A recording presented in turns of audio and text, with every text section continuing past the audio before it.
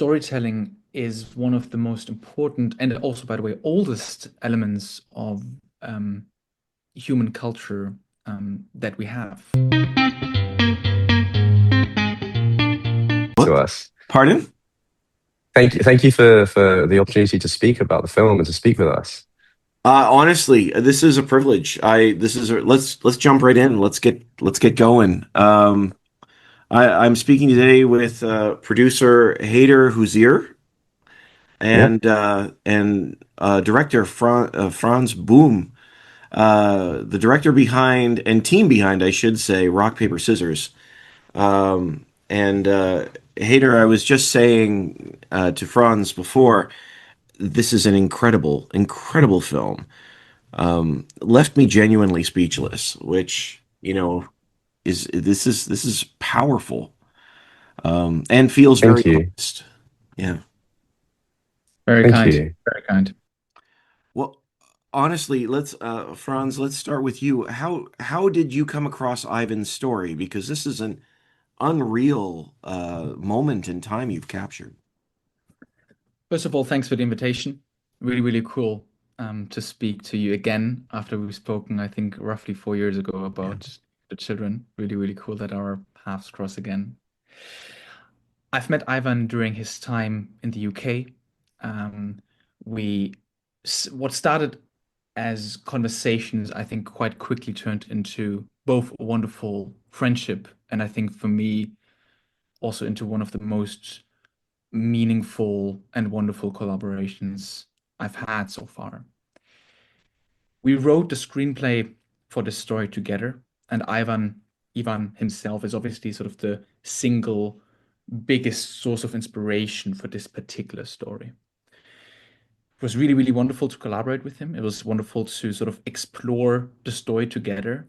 And I'm very glad that during not only during production, but also during like the pre-production, during post-production, during location scoutings and so on, that he advised the team and myself on on different aspects of the film. And I think it's a story that is politically extremely relevant and urgent. For us, it was never about glorifying violence. For me, it was never really a film about war, but more about the civilian perspective and the people behind that, the people behind the headlines. I think it's about a teenager that has to grow up during a day, over the span of a day, and about the decisions he has to make when the systems that are built to protect them when they collapse. So it was a real pleasure, a real honor to work on this film with so many wonderful people. Yeah, and what you have to understand as well is that Ivan isn't a filmmaker. Um, that's key, right? Like he's just a regular guy. So even when he's collaborating with us on this film, um, it was the first and last time that he had ever had the opportunity to do so. So to be able to share his true story of his own events from his own writing, so to speak, working with friends to make sure that it comes across well for cinema and for screen. It's just worth mentioning that that's the case with Ivan. That I did not realize that part of the story. I did not realize that he was involved in telling this story. That makes it even more personal. Like I did that's incredible. Like um so working with him and like you said, this collaboration with him to bring this moment to life. What was that experience like for you both? I would say that we were very, very lucky that we had an incredible or have an incredible team behind this film. Mm. Most of the head of departments, Hader and I have worked with together before. Hader and I have also worked together before. It was, I think, a collaboration based on a lot of trust and experience. And I think one of the advantages that we had for this particular project is that we found each other. We found Ivan, we found his story, but we also found each other. We found the team and the cast very early on. So we had quite a lot of time to prepare in a lot of detail. We were out there location scouting. We were watching a lot of movies together. We spoke in great detail and in great depth about how this film should feel like, how it should sound like, what's important for us and what is not important for us, how the audiovisual style and language of the film should be like. I'm grateful to Hayder and the entire production department that we had a lot of time with our cast members to rehearse, to speak about the scenes, to discuss the characters, really in detail, and to experiment a little bit with different ideas, not only like on the shooting day, but also way before that. So that was a really, really great tactic and approach for this film overall. We wanted this film to be very much reduced on, these particular hours in Ivan's life. We wanted to make sure that when the film starts, that it's not immediately clear where we are, what time of the year we're in, what sort of phase we're in. We wanted to make sure that the audience is never much smarter than our lead character, Ivan himself. I think that was sort of a guiding principle that has led us and the entire team during this entire production. Yeah, and also Ivan was deployed into Ukraine to the front line. So for for for the most part of the actual physical production, he wasn't here. So Mhm. when we were collaborating, there came a point where that collaboration ended because he was killed. And at no point does anything like that ever, you can't really prepare for anything like that. And even in these types of conversations, you don't really prepare for the actuality that one of us might not be here tomorrow. And when that reality hit us, the weight and the responsibility of the storytelling became so much more apparent beyond what was already the case when we were working with the Ukrainian community. So even when we were working with Alexander Rudinsky, the lead actor, um, we had to make a special dispensation to bring him over from Ukraine. He lives in Ukraine. He's there right now. It's been 4 years of relentless shelling from Putin's war, and that's something that he lives through each and every day. And to bring him out of that, there's martial law in Ukraine right now. You can't, if you're a young, fit, fighting male, you can't leave. You can't leave Ukraine. You're expected to join the military and fight for the cause. But we worked with the Ministry of Culture. I've been to Ukraine a few times last year as well to speak with the Office of the President of Ukraine, for which we now have official support from the Office of the President of Ukraine, recognizing Ivan's life, Ivan's sacrifice, the work that we've managed to do in collaboration with the team, and also to understand how storytelling, especially in these dark times, can be somewhat of a cultural resistance. Whilst the world is slowly edging towards, I don't even know what, I think it's times like these that art and cinema and film can help us connect with each other. I think war especially divides us. It's designed to divide us. So to be able to have a story about a young boy and his father, it's something that people can, it's a universal theme. It's something that people can relate to. It's something that they can understand. If you hear about drones and missiles and bombs and front lines, and this is a lot of information that most people just don't really comprehend, or it's desensitizing. The news cycle moves really quickly. So for us to be able to focus on this specific story, Ivan's reality, kind of brings to light a level of empathy that people can have, but also what war really looks like on the ground. It's not soldiers versus soldiers. It's not good guys versus bad guys. This is a universal theme, a universal story that just so happens to be so specific with Putin's war currently. Well, and that's the thing about a film like this. It's utterly sobering. Um, you're absolutely right. This isn't soldier versus soldier. This is a young man who's asked, "Have you ever fired a weapon?" "Oh yeah." "Have you ever fired it at a person?" Just tell me where it is.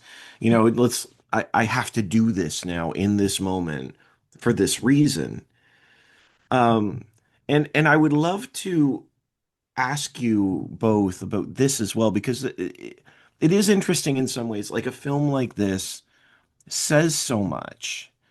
Um, and I wondered what you feel about art as an act of resistance because this is a short film and it's an incredible short film.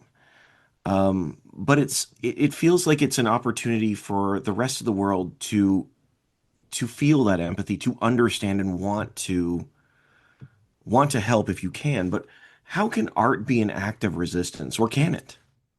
I think that storytelling shapes how we see the world and each other. And I think the success of this film encapsulates that because this is a short film. It's a 20-minute, short, sharp piece of storytelling.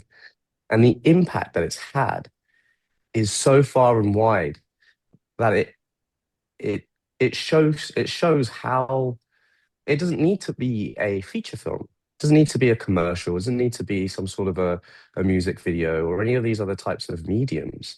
Most people assume that, oh, a short film is somewhat of a training ground for feature films. It's somewhere where you go to try and learn a little bit about your craft to then take it to a feature film and commercialize it in some way. And I think that with storytelling generally, it gives people the opportunity to express their own realities onto the story, onto the screen.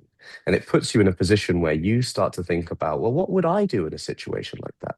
What if that was me or my young brother or my cousin or my uncle or my father or you know, it allows us to understand sometimes these really complex moments, complex realities from far-flung places in the world that may seem so distant to us emotionally, physically. I think good cinema, and it doesn't have to be so solemn either. I think good cinema allows us, it transports us and allows us to experience things far beyond what we get to experience day to day. And I think that's a really special opportunity. I feel it's a huge privilege to be able to call ourselves filmmakers because to be able to um, both experience and to be able to create those opportunities for people to be able to have those feelings. I feel like life is a feeling process, and if art as a form of cultural resistance helps us understand ourselves better, then I feel like if I can die a good life, I can die and feel like I've done something good in the world. But that's my point of view anyway. I think that storytelling is one of the most important and also, by the way, oldest elements of human culture that we have. And I think it helps us in understanding each other's perspectives. Mm. We speak about Putin's war in Ukraine, but also when we speak about many other both conflicts, large or small, across the globe, um, sometimes I think we are, or even just myself, I'm overwhelmed by the sheer scale and by the numbers. 4,000 people displaced here, 1,000 people have died there. Storytelling and filmmaking allows us to zoom in into one individual experience and into one individual subjective life, into one moment. And I think it's critically important in understanding each other's perspectives. I actually think that the filmmaking industry and that the filmmaking community over the last years and decades have provided so many important pieces of work that help people across the globe in being a bit more empathetic with each other, and in really understanding the emotional journeys of people across the globe. That is not just people affected by war. That is also people, I don't know, affected by other major issues. And I love in this film the idea of preserving. There's a sense of trying to preserve innocence at a time when they're fighting to survive. And I would love to. I know we're starting to run out of time, but I would love to hear why that was an important theme to explore, because you have these kids that just say, "Let's play one more game, one more game." It was really important to us that the film's title was Rock, Paper, Scissors, because it fundamentally is a child's game. And we really wanted to open the story and open the film with the innocence that is within these bunkers. You see Ivan playing this game with this child, and he's an innocent. He's a young boy, and it's usually within these types of environments, in this type of story with war, it would almost be too indulgent, so to speak, to just kind of zoom in on the conflict, on the explosions and the fighting and the, trying to say the heroism of war, which wasn't something that we wanted to focus on. We really wanted to encapsulate the innocence of these people, not just of Ivan as a young boy, not just the young boy himself and the children, but also in the environment that's there. There's people there that are trying to just make the best of their situation. We try to make it into a cozy living space, especially because it's a current conflict. This isn't World War II or some Cold War era. This is modern day. And what does that look like? You've got people's faces lit up with their phone screens as they're kind of doom scrolling social media, for example. These are people like you and me. There's nothing a million miles away from this. So it was really important for us to make sure that innocence is retained up until the point where that status quo is changed, so that when the final moments of the film, and then you understand the realities of Ivan's story, bleeds far beyond the screen and into real life. You learn about the fact that he has been killed since the film was made, and sadly, this film is now the legacy that he leaves behind. This is all that is left of him. He was 18 when he died. I don't know if you know many 18-year-olds, but that's not really much of a life to have lived. And I think that Hayder and I see filmmaking never as a lecture to the audience, but always as a dialogue. And the question that we want to pose here with this film, I think, is what happens when an ordinary teenager is forced to make impossible decisions in order to protect himself and his loved ones. And we are very excited to sort of explore that question together with our audience. Honestly, it's brilliant. The film is incredible. I was completely humbled by it, and it is just a beautiful, beautiful piece. And like you said, there's just this tension and this authenticity to it that is just totally, totally engrossing. Thank you so much for the time, Franz, Hayder. Thank you so much. I really do appreciate it. No, thank you for those kind words, and it's really good to hear that there is some level of impact that comes from storytelling. Even to this day, when we're watching all these films, all these TV shows, that people can still feel some level of connection to film and cinema. Long live cinema. Agreed. Thanks so much for the great conversation. Thank you so much both for your time. I appreciate it. Have a wonderful day. And you. Thank you. Thank you. Take care. Thanks, guys. Take care.